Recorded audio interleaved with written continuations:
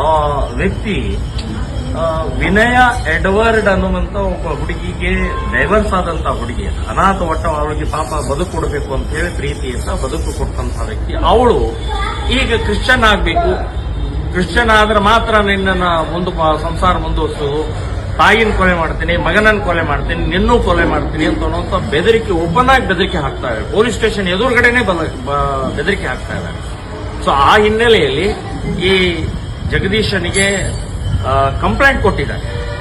ಅಶೋಕ್ ನಗರದ police station complaint ಕೊಟ್ಟು ಒಂದು ತಿಂಗಳಾದ್ರೂ ಕೂಡ ಇನ್ನೂವರೆಗೆ ಅರೆಸ್ಟ್ ಮಾಡಿಲ್ಲ. ಅವಳು ಯಾವುದೋ ಒಂದು ಸುಳ್ಳು ಕೇಸ್ ಹಾಕಿ ಮೇಲೆ ಕೇಸ್ ಹಾಕಿದ್ರೆ ಇಮಿಡಿಯೇಟ್ ಅರೆಸ್ಟ್ ಮಾಡಿ 20 ದಿನ ಜೈಲಿಗೆ ಹಾಕ್ತಾರೆ. ಅಂದ್ರೆ ಹಿಂದೂ ಅಂತಂದ್ರೆ ಏನ್ ಇಮಿಡಿಯೇಟ್ ಒದ್ದು ಒಳಗೆ ಹಾಕ್ಬೋದು, ಕ್ರಿಶ್ಚಿಯನ್ ಮುಸ್ಲಿಂ ಅಂದ್ಕೊಳ್ಳೆ ಇವರು ಡಿಲೇ ಮಾಡೋದು. ಇದೇ ನಾಟಕ ಮಾಡ್ತಾ ಇದ್ರಿ ಪೊಲೀಸ್ ಸ್ಟೇಷನ್ ನಲ್ಲಿ, ಕಾಂಗ್ರೆಸ್ ಸರ್ಕಾರದಲ್ಲಿ. ಸೊ ಇದು ನಾನು ಹೇಳೋದು, ಇದು ಇಮಿಡಿಯೇಟ್ ಅವರನ್ನ 3 ಜನರನ್ನ, ಅಂದ್ರೆ ಅವಳ ತಾಯಿ, ಅವಳ ಅಕ್ಕ ಸಪೋರ್ಟ್ ಮಾಡ್ತಾ ಇದ್ರೆ 3 ಜನರ ಮೇಲೆ ಕಂಪ್ಲೇಂಟ್ ಇದೆ, ಮೊದಲು ಒದ್ದು ಒಳಗಡೆ ಹಾಕಬೇಕು.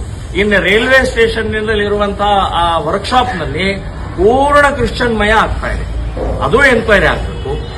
ಇನ್ನು ಇಬ್ರು 59, 61ನೇ ವಾರ್ಡಿನ ಇಬ್ರು ಕಾರ್ಪೊರೇಟರ್, ಅವರು SC ಕೋಟಾದಲ್ಲಿ ಕಾರ್ಪೊರೇಟರ್ ಆಗಿದ್ದಾರೆ, ಆದ್ರೆ ಚರ್ಚ್ ರೆಕಾರ್ಡ್ ನಲ್ಲಿ ಇವತ್ತು ಅವರು ಕ್ರಿಶ್ಚಿಯನ್ರಿದ್ದಾರೆ.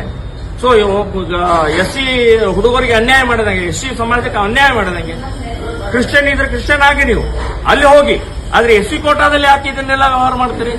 ಸೊ ಇದೆಲ್ಲವನ್ನೂ ಕೂಡ ನಾನು ಒಂದು ಸಮಗ್ರವಾದಂತ ರಿಪೋರ್ಟ್ ಮಾಡಿ DC ಅವರಿಗೆ ಕೊಡೋದ್ರಿಂದ ಒಂದು ವಿಷಯ ನೋಡಿ. ಇನ್ನೊಂದು ವಾರ ಗಡುವು ಕೊಡ್ತೀವಿ, ವಾರ ಕೂಡ ಇಲ್ಲ, ಇನ್ನೊಂದು 2-3 ದಿನದೊಳಗೆ ಗಡುವು ಕೊಡ್ತೀವಿ. ಆಗ್ಲಿಲ್ಲ ಅಂದ್ರೆ ಅಶೋಕ್ ನಗರ ಪೊಲೀಸ್ ಸ್ಟೇಷನ್ ಎದುರುಗಡೆ ಹೋಗಿ ಕೂತ್ಬೋದು.